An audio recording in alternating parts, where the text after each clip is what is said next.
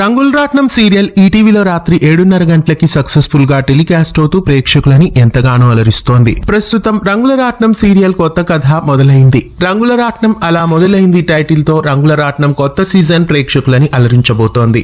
ఈ కొత్త సీజన్ లో నటిస్తున్న యాక్టర్స్ రివీలయ్యారు. కొత్త సీజన్ లో హీరోగా నటుడు సమీర్ యాక్ట్ చేస్తున్నారు.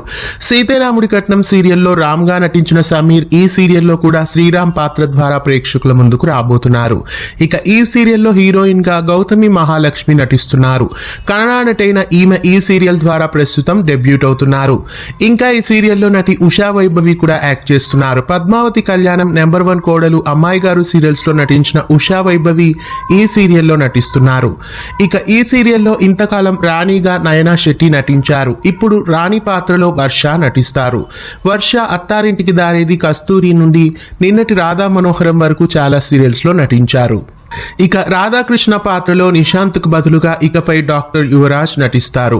మౌన పోరాటం, శతమానం భవతి, వేయి శుభములు కలుగు నీకు సీరియల్స్ లో డాక్టర్ యువరాజ్ నటించారు. ఇంకా ఈ సీరియల్లో నటుడు నిఖిల్ కూడా యాక్ట్ చేస్తున్నారు. అమ్మాయి గారు, గోరింటాకు, జానకి కలగనలేదు సీరియల్స్ లో నిఖిల్ నటించారు. ప్రస్తుతం ఆదిత్య క్యారెక్టర్ లో ఈ సీరియల్లో నటిస్తున్నారు. ఇంకా ఈ సీరియల్లో నటుడు దినేష్ కూడా యాక్ట్ చేస్తున్నారు. గీతా ఎల్ఎల్బి సీరియల్లో నటించిన దినేష్ ఈ సీరియల్ ద్వారా ప్రేక్షకుల ముందుకు రాబోతున్నారు.